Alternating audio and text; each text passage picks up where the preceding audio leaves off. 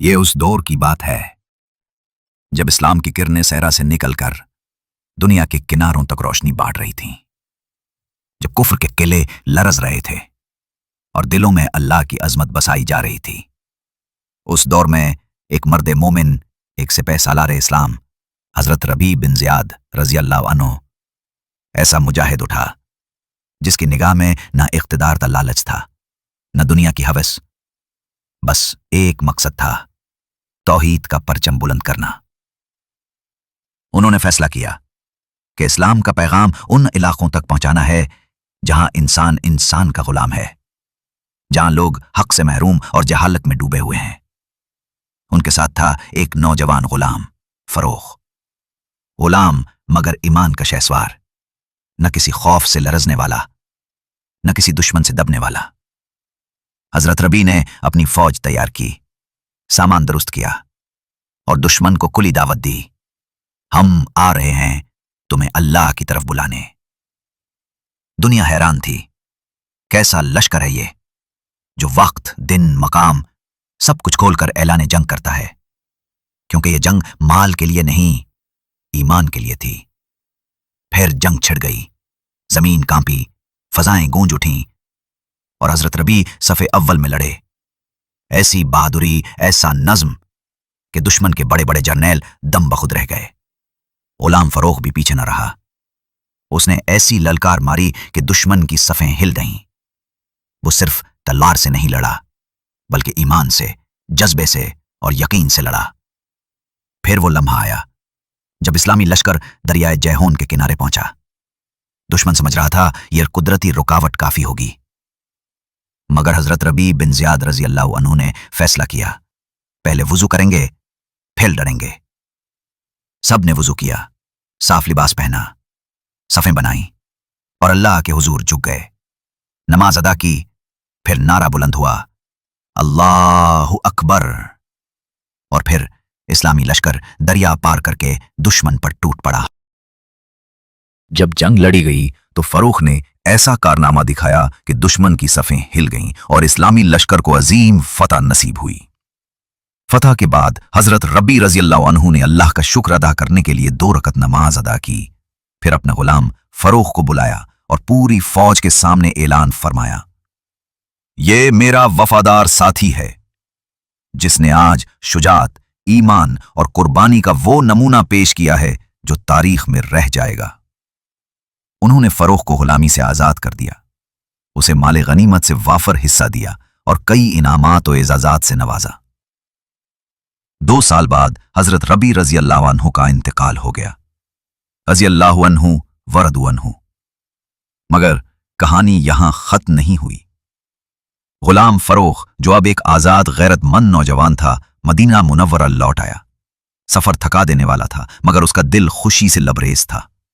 مدینہ پہنچ کر اس نے ایک سادہ سا گھر بنایا، نیک سیرت بیوی سے نکاح کیا اور پھر اپنی زندگی کو عبادت، شکر اور سکون سے گزارنے لگا۔ ایک روز مدینہ کی پرسکون گلیوں کی ایک صبح تھی، جمعہ کا دن، مسجد نبوی میں خطبہ دیا جا رہا تھا۔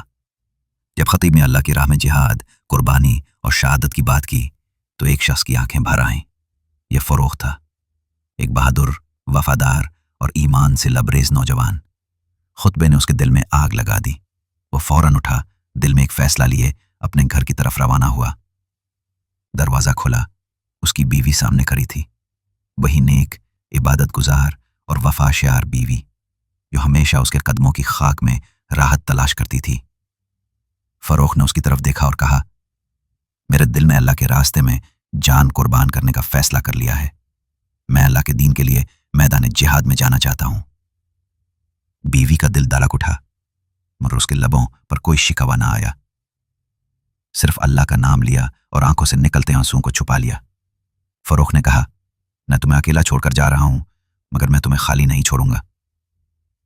پھر اس نے اپنی بیوی کو 30,000 دینار دیے اور کہا، یہ مال اللہ کی امانت ہے، اسے سنبھال کر رکھنا، میری غیر موجودگی میں یہ تمہارے لیے اور ہمارے آنے والے کل کے لیے سہارا ہوگا۔